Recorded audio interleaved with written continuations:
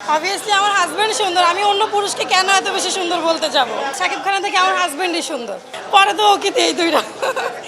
আসলে এটা তো আরো অনেকদিন ধরে চাহিদা ছিল যে শাকিব খানের ছবিটা এটাই বরবারটা আগে দেখবো, ফার্স্টে এসে দেখবো। আর আমরা এমনি শাকিব খানের ছবি আমি মিস করি না, হলে যাই দেখি সবসময়। হ্যাঁ, আমি শাকিব খানের ছবি মিস করি না, প্রায় আসতে না, ওর জীবনের প্রথম। আমি আগে কখনো সিনেমা হলে যাইনি, আমার লাইফে আমি কখনোই সিনেমা হলে যাইনি, এটাই আমার ফার্স্ট টাইম সিনেমা হলে আসা। আমার হাজব্যান্ড শাকিব খানের অনেক বড় ফ্যান, এটাই হচ্ছে সবচেয়ে বড় রিজন আর কি। আর আমারও মানে একটা আগ্রহ যে ঠিক আছে আমি এবার যাই দেখি কেমন হয় সিনেমার মানে মুভিটা, আমি এই জন্যই আসা মূলত।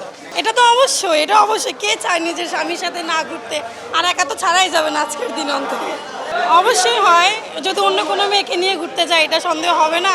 গেছে, এটা আমার থেকে শোনেন, এটা ও সত্যিটা কি বলবে, গেছে, অনেক গেছে। আমি অন্য ঈদে আমি বাসায় থাকতাম, আমি জানতাম না কিছু, ও মানে মেয়ে নিয়ে চলে যায়, পরে শুনি যে আসলে এরকম কিছু। পরে তো ওকে এই দুইটা।